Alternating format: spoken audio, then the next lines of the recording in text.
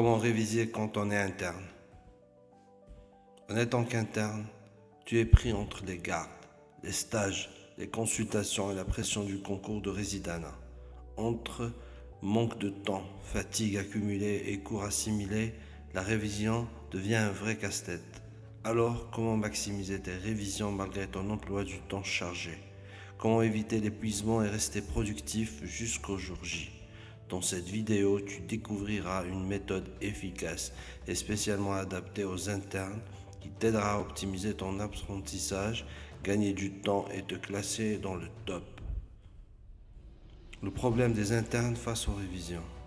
Le manque de temps, journée interminable, peu de créneaux pour réviser, l'épuisement mental et physique, stress, fatigue chronique et surcharge cognitive.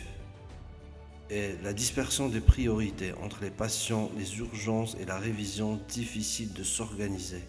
Les méthodes classiques inefficaces, lire passivement les cours, surligner sans réfléchir, ne pas faire de QCM. La bonne nouvelle, c'est qu'il existe une stratégie pour contourner ces problèmes et réviser intelligemment. Changer son état d'esprit, la révision intelligente. Se focaliser sur les modules prioritaires. Réviser en mode guérilla. Chaque minute compte, il faut des techniques rapides et impactantes. Optimiser la mémorisation active, la répétition espacée et les méthodes d'ancrage.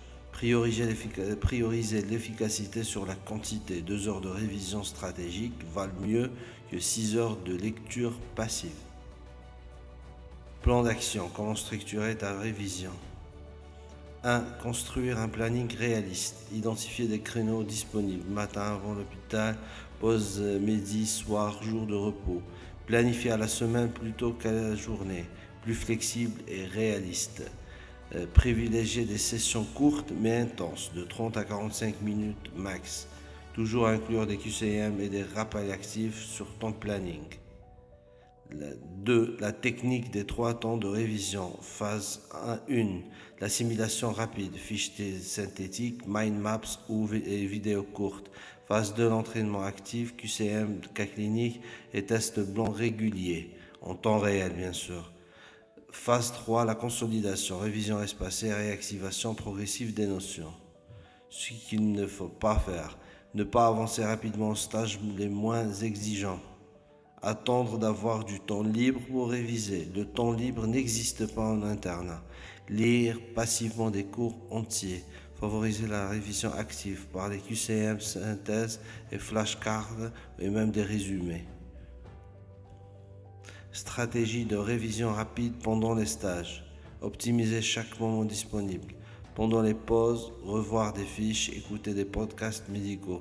Entre 2 patients, mémoriser une notion clé. Les algorithmes diagnostiques. Utiliser des applications mobiles. Prendre des notes ciblées en stage pour les réviser plus tard. Le secret, apprendre directement à partir des cas réels en stage. 1. Prioriser aussi le sommeil. Réviser en étant fatigué, c'est une perte de temps.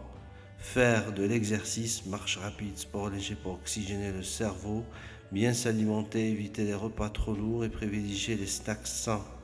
Éviter les overdoses de stress, pratiquer la respiration, la relaxation et la méditation rapide.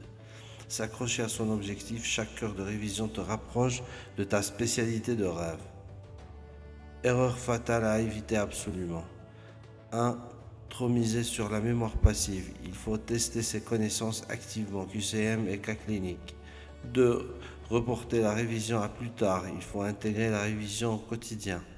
3. Se comparer aux autres. Chacun a son rythme. Reste focus sur ta propre progression. 4. Négliger les épreuves tests. Faire des examens blancs pour s'entraîner aux conditions réelles.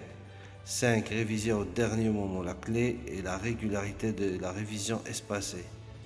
Ton plan d'action commence maintenant. Même en tant qu'interne, il est possible de réussir brillamment le concours de résidana. Avec une méthode intelligente, des stratégies adaptées et une bonne organisation, tu peux y arriver.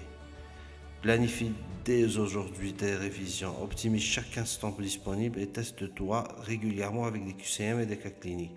Prends soin de toi pour éviter le burn-out. Et surtout, n'oublie pas, chaque effort que tu fais aujourd'hui te rapproche de ton objectif final.